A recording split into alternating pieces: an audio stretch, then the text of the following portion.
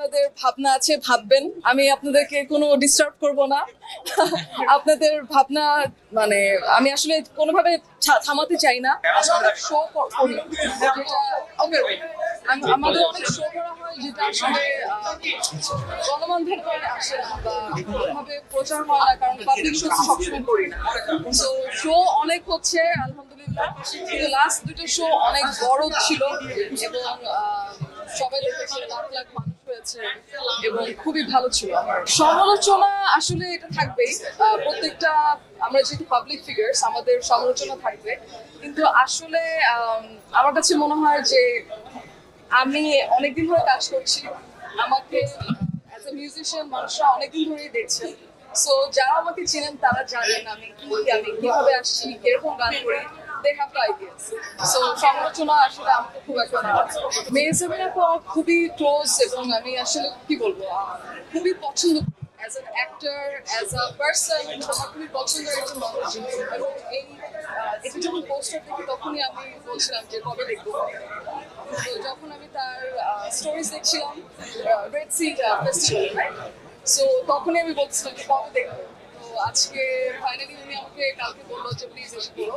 তো আমি খুবই এক্সাইটেড, কারণ মেহজাবিন আপুকে ফার্স্ট স্ক্রিনে দেখছি এবং আমরা সবাই জানি উনি আমাদের কত ফেভারিট একজন অ্যাক্ট্রেস, এবং তার সাথে সাথে শিশির ডিরেক্ট করেছে, আদান আছে প্রোডিউসার হিসেবে।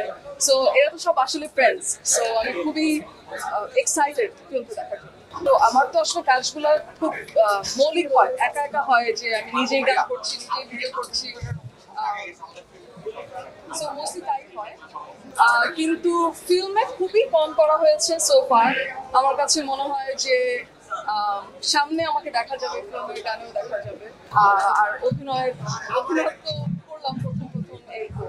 আমি হচ্ছে যেহেতু পপ আর্টিস্ট, আমাদের লাইভ এবং ট্র্যাক দুইটা মিশ্রণ করে আমাদের পারফর্ম করতে হয়, কারণ আমাদের গানগুলো মানুষ ওইভাবে চিনে।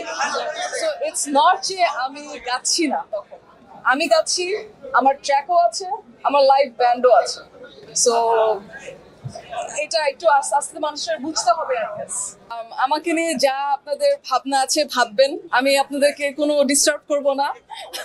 আপনাদের ভাবনা মানে আমি আসলে কোনোভাবে থামাতে চাই না, পরিকল্পনা চলতে থাকুক। আর এছাড়া আমি আমার কাজ করে গেছি, করব। আপনাদের ভালো লাগলে আমি সেটার অ্যাপ্রিসিয়েশন পাবো, খারাপ লাগলে সেটার গালি খাবো। This is natural. সো এই তো অভিনয়, এই তো প্রথম করলাম, আমার অ্যাপ্রিসিয়েশন পেয়েছি অনেক আমার অ্যাক্টিং। সো আমার কাছে মনে হয় যে সেটা আমাকে ইন্সপায়ার করেছে নেক্সট আরো কিছু কাজ করার। সো হোপফুলি আমাকে সামনে আরো দেখা হবে।